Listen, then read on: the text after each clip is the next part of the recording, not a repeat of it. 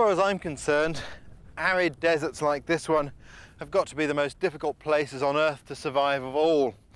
And that's because of two things: daytime temperatures that soar into the high 50s and an almost complete lack of water.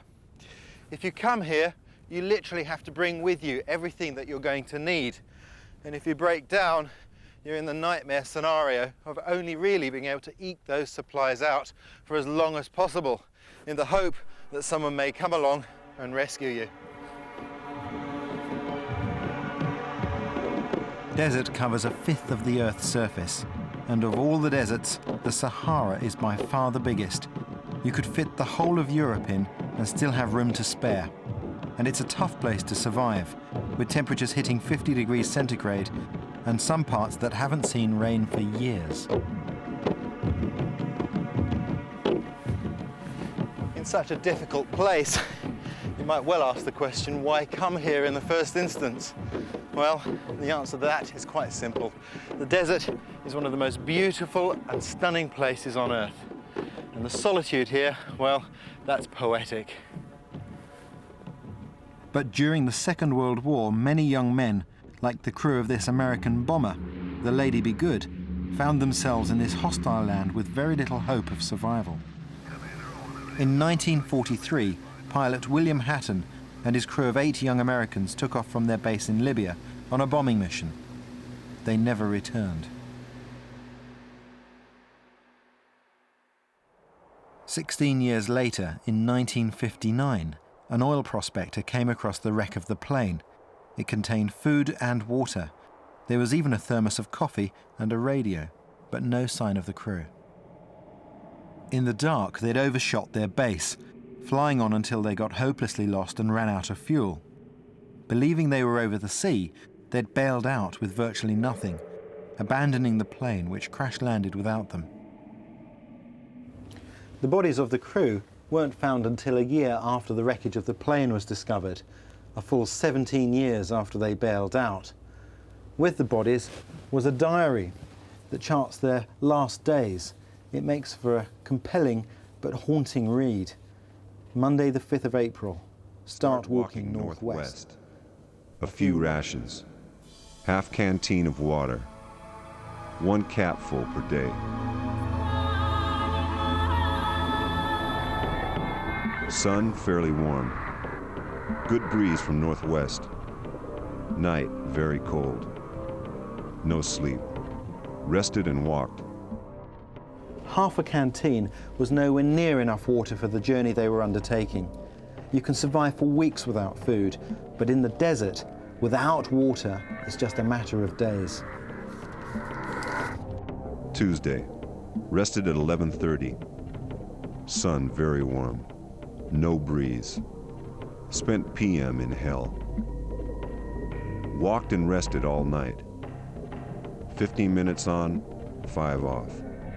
As the crew made their way through the desert, they left arrows made from rocks and strips of parachute. It was the right thing to do, even though no one would see them for nearly 2 decades. Wednesday. Everyone getting weak. Can't get very far. Prayers all the time. The crew thought they'd crashed near the coast, and it was probably that kept them going for as long as they did. In fact, they were in an area known as the Sand Sea of Calancio, a place so dry that not even the desert Bedouins entered it. Thursday, hit sand dunes. Very miserable. Lamott's eyes are gone. Everyone else's eyes are bad.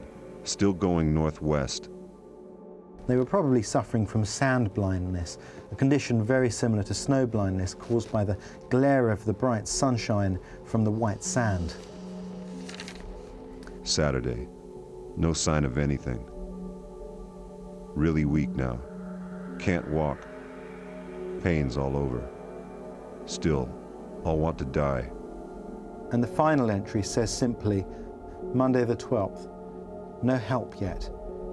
Very cold night.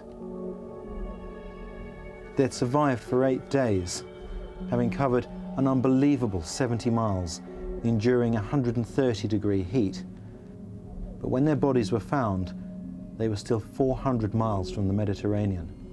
they never had a chance. The tragic tale of William Hatton and his crew is an incredible story of endurance, but it's also a salutary one. The Lady Be Good is as big as 4 buses, and there was no trace of it for 16 years. So how do you rate your chances of being spotted in one of these? Because today, this is the most common way that you'll find your way into a desert in a 4x4. A vehicle like this is your most important piece of equipment because not only is it your transport out of here, but it also carries all of your basic life support. Whenever you enter any desert, there are a few simple preparations you can make that will dramatically increase your chances of survival. For a start, if you can possibly avoid it, never travel alone. Terrain like this is incredibly tough on vehicles, and the most common cause of people perishing in the desert is after a breakdown. So we're travelling in 2 vehicles, one for me and one for the crew. Theirs is the one with air conditioning. There's no doubt desert travel is immensely rewarding, but when you head out into the dunes, don't think you're Lawrence of Arabia.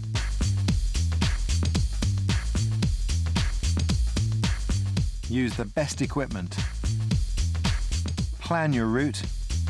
Let someone know where you're going and when you're coming back. Once you've made a plan, stick to it. Leave your route and you're as good as signing your own death warrant, because this is a very small needle in a 3 million square mile haystack. Above all else though, it's the vehicle that needs the most preparation. And that's not something to do on the spur of the moment. It needs careful forethought. To give you some idea, this is my kit list for just this sort of expedition. Now all experienced off-road drivers have a pre-prepared list of mechanical items that they're going to check on a daily basis. But if you haven't got a list, then there's an easy way to remember it, and that's P, petrol, E, electricity, T, tyres, R, radiator, O, oil, L, lights. And of course the last thing you want in the desert is a vehicle fire, so always carry your spare fuel in metal jerry cans. Plastic ones just aren't up to the job.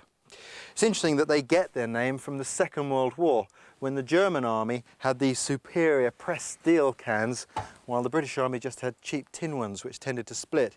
Ever since then, these have been called jerry cans. One thing you must never take for granted or underestimate is the amount of water you're going to need. There's about 40 litres there. Now that may seem a lot, but that's actually only enough to keep me going for about 2 days, considering all of my needs.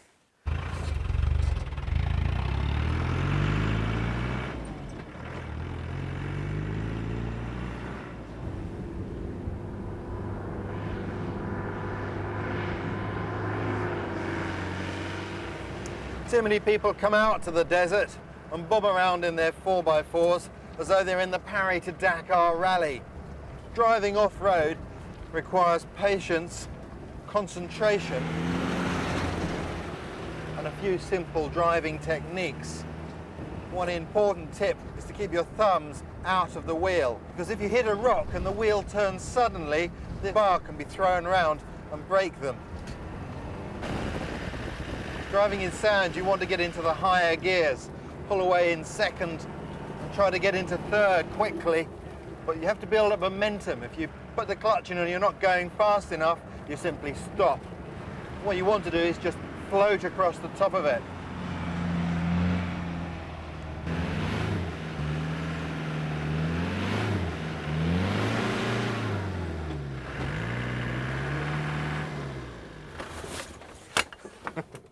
Well, if you drive long enough off-road, you're inevitably going to get stuck. It's normal. It's all part of the game, and it's no drama. It's not such a difficult thing to get out. I could just lower the tyre pressures here and pull straight out, but these vehicles are really well equipped. We don't need to go through the hassle of letting the tyres down and re-inflating them. There's another way. The really good news is that the differential here isn't touching the sand. If that was, then the weight of the vehicle is supported by it, and it would be a much bigger job of digging. So what I think I'll do is just remove the sand that's impeding the progress of the rear wheels. And be out of here real quick. These are sand mats or sand ladders, whatever you want to call them. And they're excellent because they basically give you a road surface to drive on in soft sand. Of course, I don't want to stop too quickly once I get out of the sand, so there's one last trick. So I bring these with me.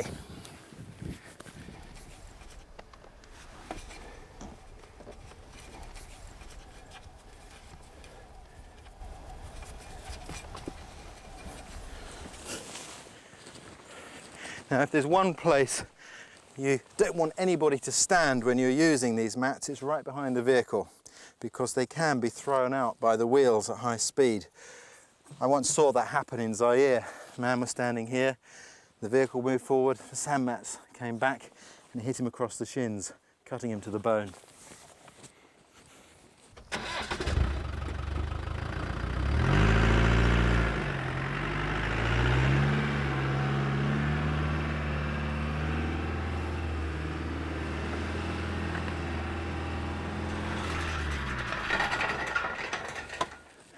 Well, there you go. The vehicle's on hard ground and the sand mats are with me. I don't have to go back for them. And of course, efficiency is a basic principle when you're out in the outback.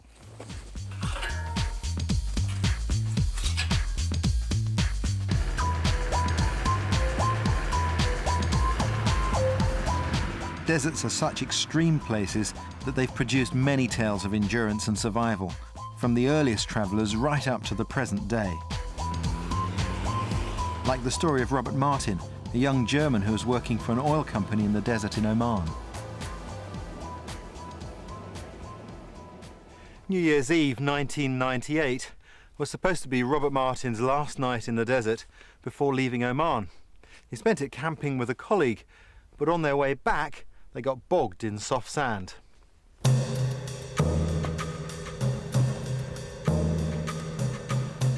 Robert knew how to get himself out and used an air jack to get the car free. By plugging onto the exhaust, it lets the car do the work of digging itself out.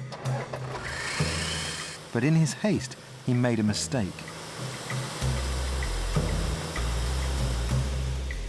I put the air jack under the tank, and that must have caused the fuel pump, which was inside the tank, to break off its fixings.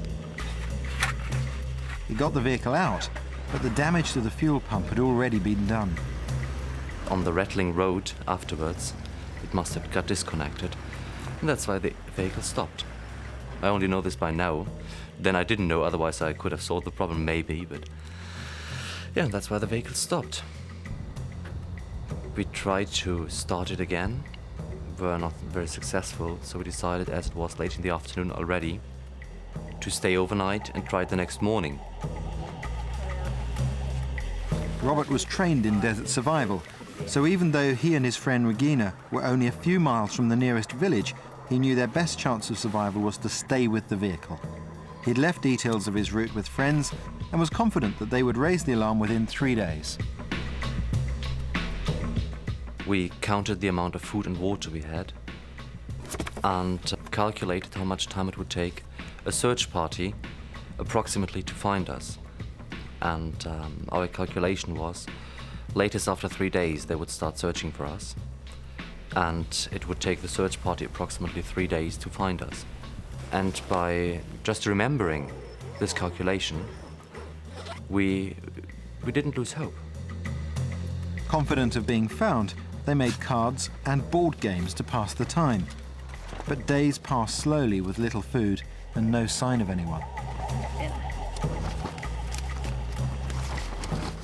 We were expecting somebody to pass by, but nobody at all was passing by or even seen in the distance. It was absolutely a deserted area. Soon they'd run out of things to say to each other, and as the wait stretched out, the walk to the village must have been ever more appealing. We were tempted in the beginning, but it was a decision we made right in the beginning. We said, we stay. That's what I always was told, and that's what everybody will expect from me. And it paid back that we stayed with the vehicle, because a colleague of mine was asked, will I be staying with the vehicle? And he said, yeah, he's German. He was told to stay with the vehicle, he will stay. Sure that a search would be underway, Robert and Regina collected firewood in preparation for a signal fire. On the fourth day, they finally heard their first helicopter.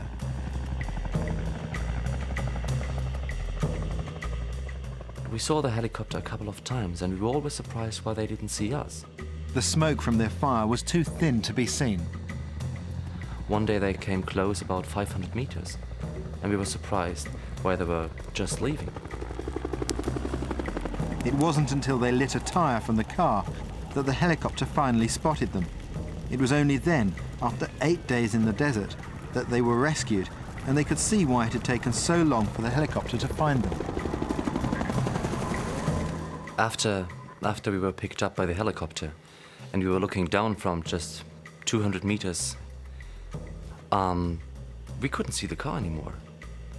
So, very difficult for a helicopter to find.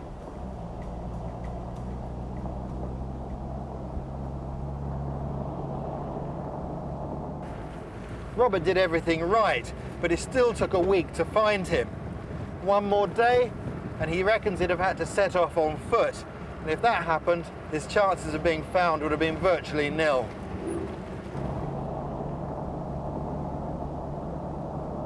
If you do break down, you've no idea how long you're going to be stuck, so assume the worst. Out here, every decision is life or death, so stick to the rules. The first rule of desert survival is always stay with your vehicle. And the second rule, get in the shade. I always carry a parachute with me because they're ideal for creating shelter. And that's another reason why you should always stay with your vehicle. It's not just the most visible thing you've got, it's a huge emergency kit.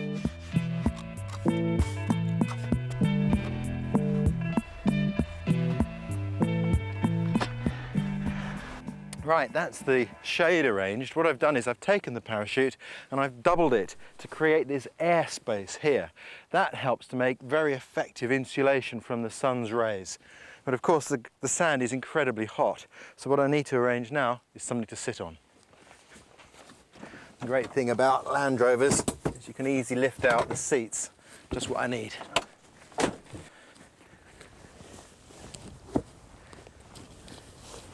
Well, that's great. Now I'm comfortable. And the important thing about having shade is that it enables me to think clearly. If you're trying to make important decisions about survival under the baking heat of the sun, it's very difficult to make the right ones. So stay calm, keep your mouth shut and roll your sleeves down. You've got to do everything to conserve moisture. And when it comes to water, you have to be sensible. You don't want to over-ration it, because it's no good in here. It's got to be inside you if it's going to help you. So don't waste it, but do drink.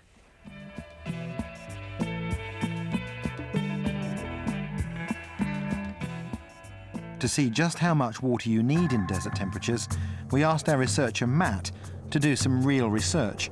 We put him in a sauna for 4 hours with plenty of water to see how much he needs to sweat in order to maintain an even body temperature. There are approximately 2 million sweat glands throughout the body, and basically what they're doing is they're secreting a layer of water and electrolytes and other substances which spreads along the surface of the body and then evaporates, and it's that process of evaporation which is removing heat from the body. If it didn't do that, then your body temperature would rise from 37 degrees centigrade to 43, 44 in a matter of an hour. By which time Matt would be very dead. Well, Matt is actually very comfortable. He has been in the sauna for some time now. He's sweating approximately 700 grams of sweat an hour. That's equivalent to a pint and a half an hour, and he needs to replace that volume of fluid if he's not to become dehydrated. Matt's drunk 6 pints in 4 hours. That's very good, but he's having to make a conscious effort to keep drinking. Thirst is a very poor indicator of fluid requirements. What tends to happen is people dehydrate by 1 to 2% of their body weight before thirst is triggered. So you shouldn't rely just on thirst in order to maintain your water balance. Stuck in the desert, with your water running out, you need to make sure you're doing everything you can to help people searching for you. Now the sun's going down, I can start to make a sign that can be seen from the air. This V shape is internationally recognised as a distress signal, but you want to be seen day and night. I'm collecting some firewood so that I can make a couple of signal fires, in fact 3, because in an emergency you do everything in 3s if you can. Got to be careful when doing this, keep my eyes open for scorpions. The last thing I want now is to be stung. No rubbing sticks together now. Use what you've got, and the vehicle's fuel will save a lot of effort in my attempt to attract rescue. Now all I've got to do is wait for nightfall.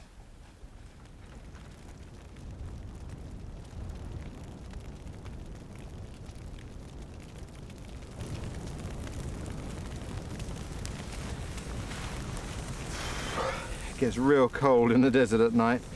That's when one of these Arab jello bars comes in really useful.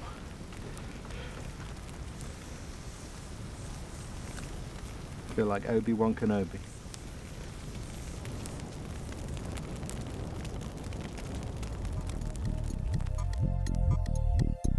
If you're stuck out here, you're bound to wonder if you could make it out on foot. After all, every day that passes is time running out. So the temptation to get up and go will be huge, but you must resist. But part of me has always wondered how far I'd get, and now I'm about to find out.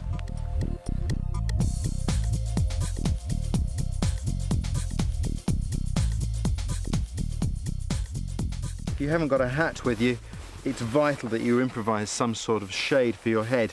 And for that I've bought this piece of parachute nylon with which I can easily make an Arab-style headdress. I'll take that knot, place it at the back of my head, and gather the fabric, and then just wrap that around and tuck it in.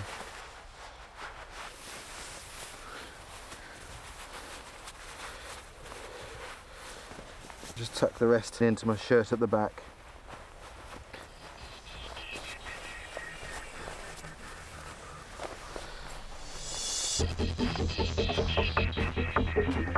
It's only when you actually try to walk in a desert as arid as this that you realise just how difficult that task is. I've only been going half an hour or so, and already I realise that this litre bottle of water is actually just a thimbleful. If I'm not to suffer sand blindness like the crew of the Lady Be Good, I need some way of protecting my eyes. And with the sun beating down, you've got to use whatever's to hand.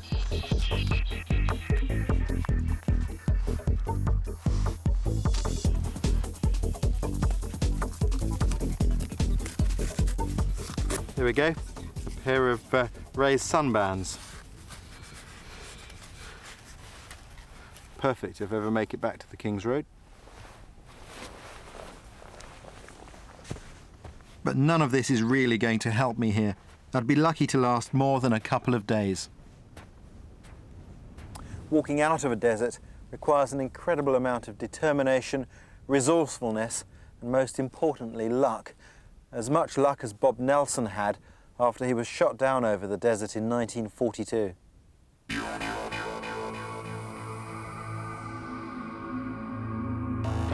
Bob managed to grab a few supplies before his plane blew up.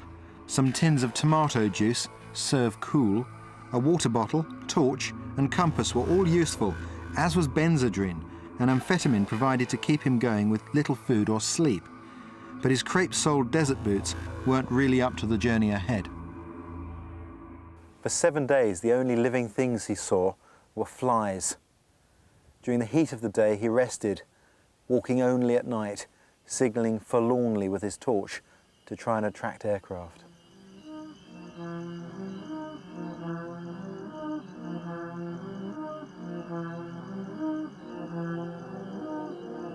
He drank a tin of tomato juice and a little water each day, but pretty soon his liquid had run out. In desperation, he took all the Benzedrine and walked through the heat of the day.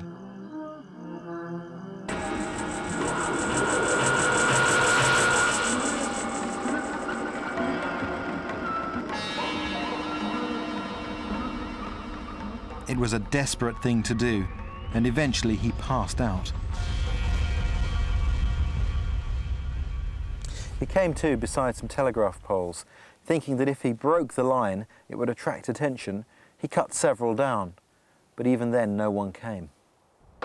However, the empty petrol tins he found at the foot of the poles probably saved his life. With great resourcefulness, he cut them open. In the morning, condensation had left drops of water on the metal.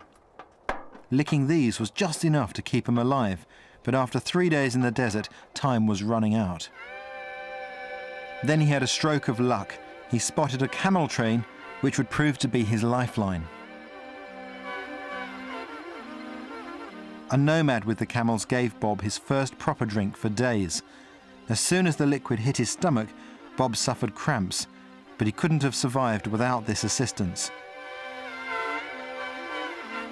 The nomads looked after Bob and helped him recuperate. After a few days, fully stocked with water and with good directions, he set off alone into the desert once more. Don't forget, this was the middle of the war, so all the time Bob was trying to evade capture and return to Allied lines. Along the way, he came across the burned-out wrecks of vehicles and crashed aircraft, from which he took vital supplies.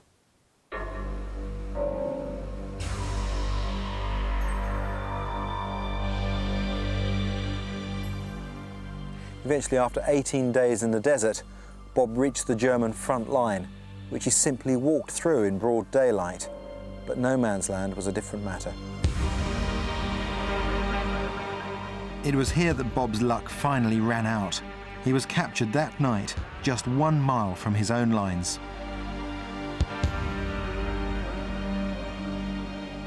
But Bob Nelson's extraordinary story didn't end there. 2 years later, he was one of the prisoners who took part in the breakout that became famous as the Great Escape. He was one of the few recaptured not to be shot. Maybe the Gestapo thought that he was related to his illustrious namesake, Admiral Nelson.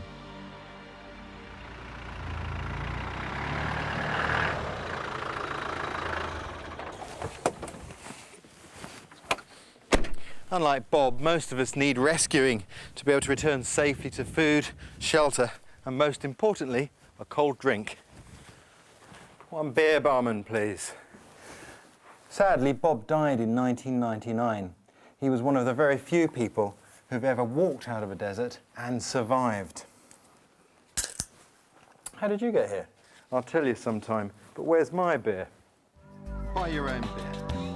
So why'd you walk? You know you're supposed to stay with your vehicle. Well, it looked like a really nice walk. Couldn't resist it. You're crazy. No, I'm not. Yes, you are. Next week, the chills and thrills of the subarctic forest.